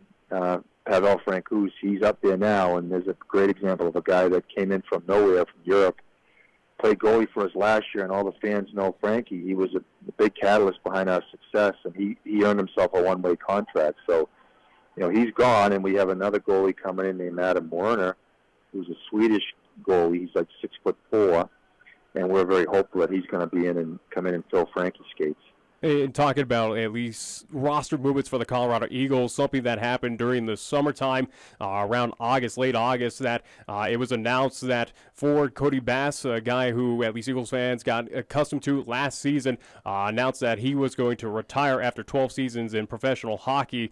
Just talk about his career and also to what he brought to the table for the Colorado Eagles last season.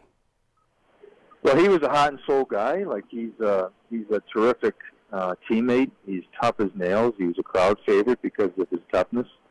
He's a leader in the locker room, played a lot of games in the NHL and the AHL, and we're going to miss him. I mean, there's no doubt about it. And you can't find guys with that experience and that character, and that can contribute and play his caliber. So we're going to really miss him. I don't really know if we filled his position with the same toughness that he brought, but we're going to have to try and do it as a group. Day in and day out. It's hard to believe that the Eagle season is just about ready to get underway. It moves that fast, Coach. But for the fans in the Loveland area, again, here in southeast Wyoming and all around the Front Range, looking back on last season's home schedule, Coach, you had, I know you're focused on the game, but you had to be impressed with the group that would show up and cheer your Eagles on. Oh, we've got the best fans in the league by a mile. Like you know, it's a blessing. I think one of the reasons why we've got some terrific players that we signed, whether it's Jason Megner or T.J. Tynan, who are elite AHL players, is because of our reputation with the crowd. Like, our crowd's outstanding. They show up every game. They're loud. They're knowledgeable. They support the team. You know, I was in the American League 16 years ago in Bridgeport, Connecticut, and we didn't have a third of that fan base there. So I know really well the impact the crowd can make in a franchise like that. We're blessed to have it. You know, looking ahead towards the upcoming NHL season again, you know what's going down in Denver right now. Give us a brief capsule of this Avalanche team as we get ready for the upcoming season. Coach Bednar, again, you know, just one shot away, so to speak, from moving on into the playoffs last year, but they seem to inch their way closer and closer to being possibly into that Stanley Cup championship. Well, there's a lot of momentum going into this season, and when you have a Nathan McKinney and Gabriel Landeskog, and hopefully they can sign Lanton, and when you're parading those three forwards out as your first line, you're instantly better than every team in the NHL. The addition of Nazem Kadri to center the second line is a huge bonus. He's a 30-goal scorer in the league. He plays with an edge, and he's going to stabilize the second line production. And then you got Akil Makar that came in late in the year, and obviously Barry's absence will hurt them, but I think Makar's impact will kind of lessen the pain of losing Barry, and he's just going to continue to grow and get better. And if there's a team that, to me, reflects the new age NHL in terms of celebrating speed and skill and quickness, it's the Avalanche. And I think, you know, they've done a great job assembling that group from Joe Sakic, and I'm guessing that in a lot of sports writers are going to have them their favorite coming out of the West. Without a doubt. We'll see what happens as we're getting closer to NHL action. But shifting back, focus to your team, Coach, as we get ready for 2019-2020, what are kind of the focus points for you and your Colorado Eagles for this campaign this season? Again, you made it first year in the AHL to the playoffs, finishing fourth in that daunting Pacific Division. But what's kind of the main focus? What are the goals for you as this coach, again, for this team? Is it winning that Pacific? Is it getting to that Calder Cup final, winning the Calder Cup? I mean, what is on the horizon? What is your expectations this season? Well, I don't really get into, obviously everybody's goal is to win a Calder Cup. Everybody's saying the same narrative. But I just know from last year that there's a couple areas that we have to improve on, one of which is our power play has got to improve, and it has no place to go but up because it was 31st in a league of 31 teams. And then I think our team defense is going to have to be better in terms of suppressing shots. And, the offense is something that you acquire. I think it's something that you draft and that you sign through free agency, and you've got talented players that can score, then your offense is going to be good. And it has to be reinforced by a good power play. So we're hoping that with the addition of the guys like Tynan and Megner and McDonald, they will help us in the absence of Wasowski and Agazino. And the new players like a Bowers and a Henry, and of course, we're very hopeful that Martin Kaut can take a step up. We'll get more offense out of the players that were here last year. And the big thing is, guys, is at the end of the day, if you don't have goaltending at any level of hockey, you're not gonna maximize your team. So we've got to find a way to get the same goaltending this year that we had last year with Frankie. Looking ahead towards the upcoming season again, as Nick mentioned, being part of the Pacific Conference or Division with Bakersfield, Ontario, San Diego, San Jose, Stockton, and Tucson. You've been a part of the American Hockey League, in your career. You look at all of the conferences, Atlantic, North, and Central. Well, I'll tell you what, every night out on the ice is a tough night. Yeah, and there's no more evidence than that in Stockton. I think they finished last in that division. They beat us 6 out of 8 times. So it's the second best league in the world, and people don't understand that. And like you said at the start of this conversation, you have people coming in and out of your lineup constantly, so your team can change from one week to the other, and you can catch an Ontario on an off weekend where they've got 3 guys up with the Kings, and you look like on paper you should beat them. and you don't beat them, right? It's just because these new kids coming up are so filled with enthusiasm and they want to make an impression in the American League, they sometimes outwork you. It's a fascinating league. And in the NHL, which I spent 12 years coaching, there's more stability. You don't have the same ebbs and flows in it. In the American League, it's just a constantly evolving scenario from week to week. Well, Coach, as you mentioned again, that Stockton Heat team will be the first home contest for the Colorado Eagles coming up this campaign. Friday, October 4th there in Loveland, and Saturday, October 5th. That'll be the first home contest for the Colorado Eagles. First, at least, series for the Eagles will be on the road against the San Jose Barracuda, Friday, September 27th, and Saturday, September 28th, again on the road. Coach, I'll ask you kind of final question from my end. As we get ready for the start of the regular season there in the American Hockey League, players, have they hit the ice already up there in Loveland? Are we just kind of focusing on the Avalanche preseason? I mean, what's kind of happening right now in these couple of weeks before we get ready for the AHL? Well, all of our players actually with the Avalanche in the NHL camp, and they slowly will get they'll get released as we move forward in the preseason.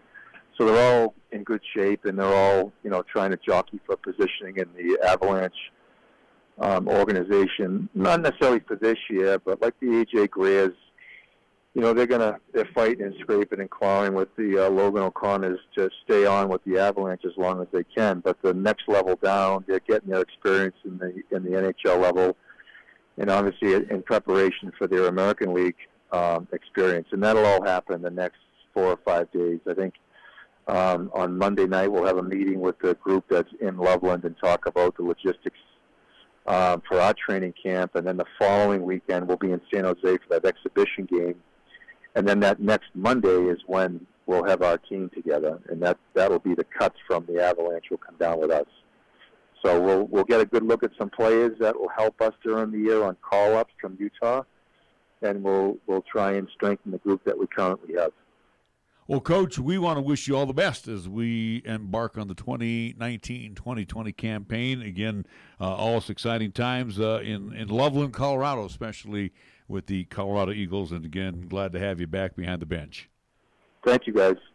Greg Cronin, Colorado Eagles head coach, join us here on 1480 KRAE. We must take a timeout. We'll be right back. At Platte Valley Bank, we love to see our customers come through the door. Well, we know life can be busy, and you don't always have time to come to the bank. That's why we offer user-friendly online and mobile banking products with features such as bill pay, recurring transfers, mobile deposit, and now digital wallet. At Platte Valley Bank, you can manage your money how you want, when you want. Whether you prefer to bank in person, over the phone, or online, Platte Valley Bank makes it easy to take care of your finances. Platte Valley Bank, member FDIC. The team at Chick-fil-A, Windmill and Delrange, directly across from Powers Field and Menards, are proud sponsors of the student-athletes for the 2019-2020 school year for high school and LCCC. Not only do they support the athletes, but they are ready for your next cater-out event, meeting, or gathering. A special thank you to Chick-fil-A and all they do for 1480 KRAE and our sister station KYOI-FM during the year. For more information, call Chick-fil-A at 638-4444. In life, you question everything. The same should be true when it comes to managing your wealth. What are your investment recommendations based on? How much are you paying in fees? And how can those fees impact your returns? Charles Schwab encourages investors to get engaged and ask tough questions. To learn more, call the Schwab Cheyenne branch at 307-459-0998 or visit schwab.com/Cheyenne. Charles Schwab & Company, Incorporated. Member SIPC. Capital Lumber is lumber one in Cheyenne. Are you listening? We're all the lumber store you'll ever need. For electrical, plumbing, paint, and tools, lumber and hardware, we're for you. And we're out to earn your business, yes indeed. Capital Lumber is lumber one today. Are you listening? Capital Lumber's at your service all the way. Capital Lumber Company, serving our area for over 53 years at 1222 Dunn Avenue in Cheyenne. We are the key to your cleaning success. The Key People that provides affordable office and professional cleaning services for over 40 years with exceptional customer care. All of our contractors have background checks and are licensed and bonded. We guarantee you a safe and secure service that is tailored to your individual and business needs. The Key People do not impose year-long contracts, and all quotes are free, confidential, and personalized. Call the Key People at 1-800-468-8283.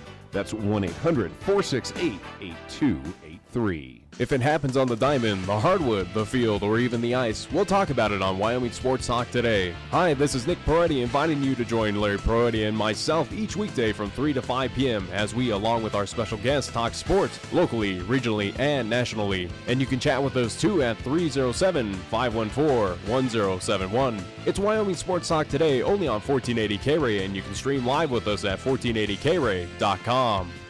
Here's the latest weather forecast on 1480 KRAE. For today, it'll be sunny with highs around 74. For tonight, it'll be mostly clear with lows around 47. On Thursday, it'll be sunny with highs around 80. And on Thursday night, it'll be partly cloudy with lows around 50. We're taking Cheyenne, Wyoming Sports Talk Radio to a whole new level. This is Wyoming Sports Talk Today. Don't look at me. I think these people are completely nuts. Stop this crazy thing! And it's only here on AM 1480 KRAE.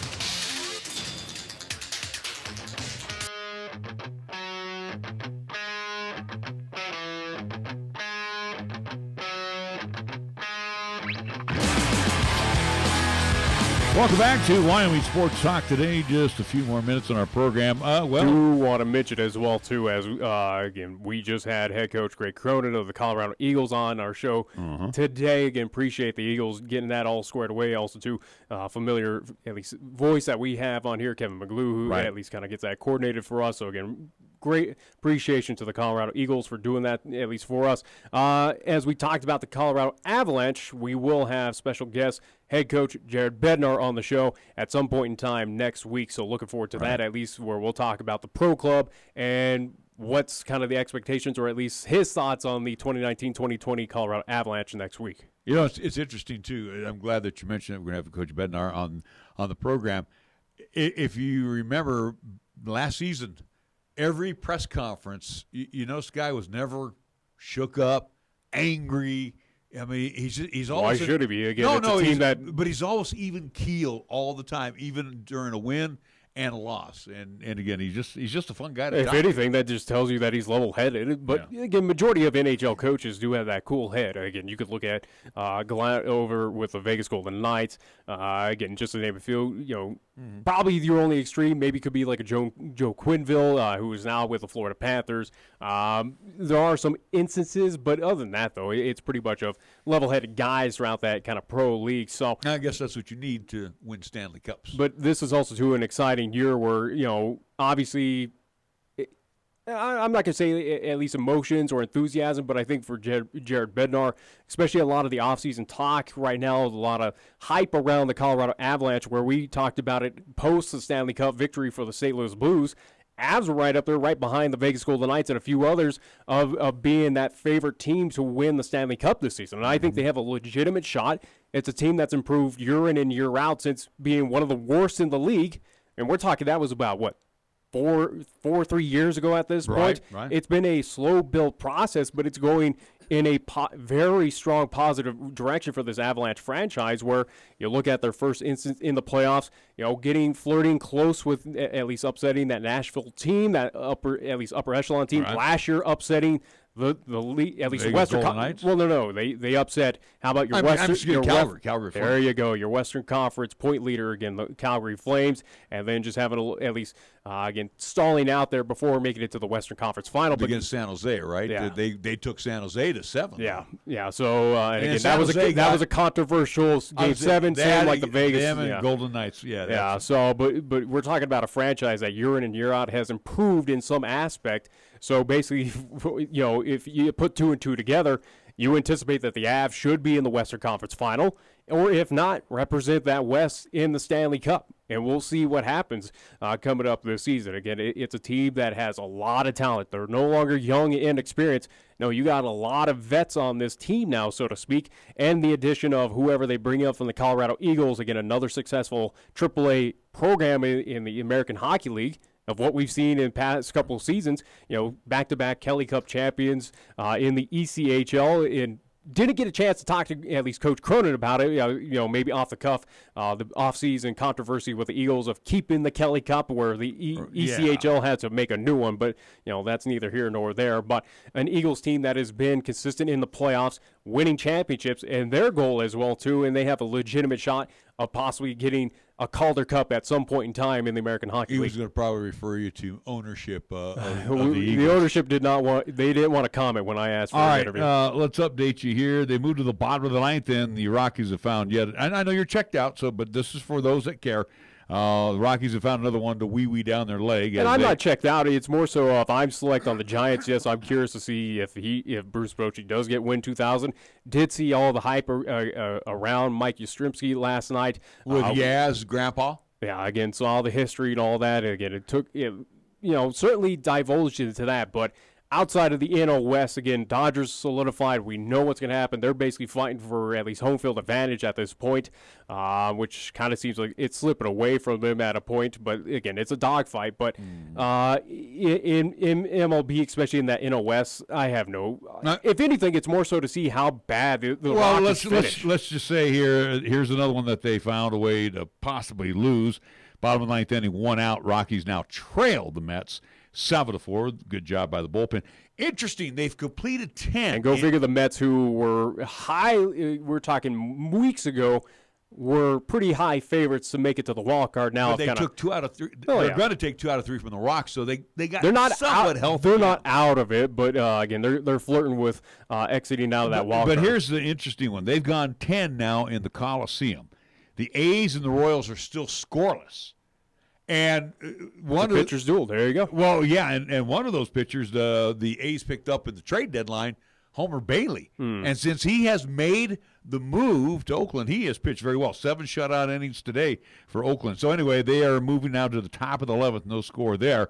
That's still a big game for the A's as far as holding on to that first wild card spot. We will talk with a special guest coming up tomorrow more on the Rocky side of things and just kind of breakdown of how this season became. Again, right now as they stand 66-86, 20 games below 500. We were talking, or at least I was talking off air before we got the interview, or at least able to talk with LCCC Rodeo head coach Seth Glause. We were talking about outside of kind of the Rodeo Road, especially on the baseball side of things. He was also too kind of surprised of how bad the Rockies have been this year. That's been the again, the Rockies had high expectations here in 2019 and have failed miserably. We're talking a team right now that is 13 games above the Miami Marlins, who are the worst right now in the National League. They're just a game and a half above the Pittsburgh Pirates. They're the third worst team right now in the National League. Well, and the Marlins helped themselves out again today, too. They lost to the Diamondbacks 5-4. That is the final, bottom of the first. Angels-Yankees scoreless at the Bronx. Let's see what else we got going on here. Oh, yeah. As I mentioned to you, we were talking off air. And again, you know me, I love stats.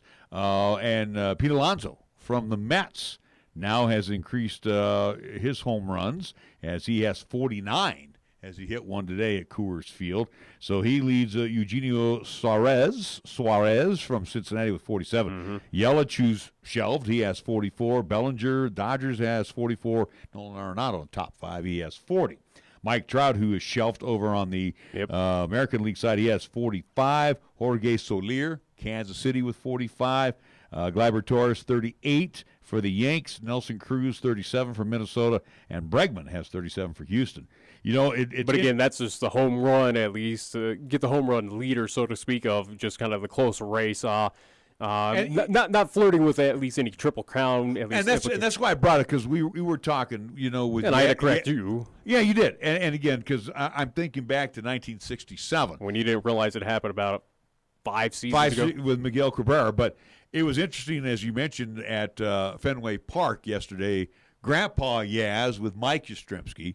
And again, I was lucky enough to see Yaz play, and again, he played into the 70s before he retired. Yeah, again, with the Red legendary Sox. player for Boston. Again, Hall of well-known, Famer. Yeah, Hall of Famer, and with grandson, and they gave him the tour yesterday at Fenway Park. Well, and also too that those fans gave him a standing O, or at least a loud applause when his name was first announced. And when he hit that home run too, there was a lot of folks that went nuts. But anyway, going back to, there won't be a Triple Crowner this year. Yelich hitting .329. Ketel Marte of Arizona hitting 329. So none of these guys are anywhere near the home run leaders. Tim Anderson of the White Sox hitting 336. How about DJ LeMahieu, one that the Rocks let slip away, hitting 329. And again, I tip my cap to DJ. If DJ was on the Rockies team, would it be a different story this year for the Rockies? No, I don't think so. Again, we've already addressed the issue. Ryan McMahon wouldn't be playing. The pitching would be pitching is still what it is. Oh, it's terrible. I would not say that the Rockies, yes, you missed out on keeping that guy, but would he have added or at least added a few wins, so to speak, to the Rockies? Not really. Yeah. RBI leaders, Abreu for the White Sox with 119, Soler with 109. So, again, you got a different guy leading in the RBIs. Over in the National League, it's Rendon of Washington. He has 119. Freddie Freeman and Nolan are tied for second with 117. Bell, 116. And Eduardo Escobar of Arizona has 115 RBI. So, again, no Triple Crowners this season for Major League Baseball. Coming up this evening, we will have for you once again on 1480 KRAE, we will have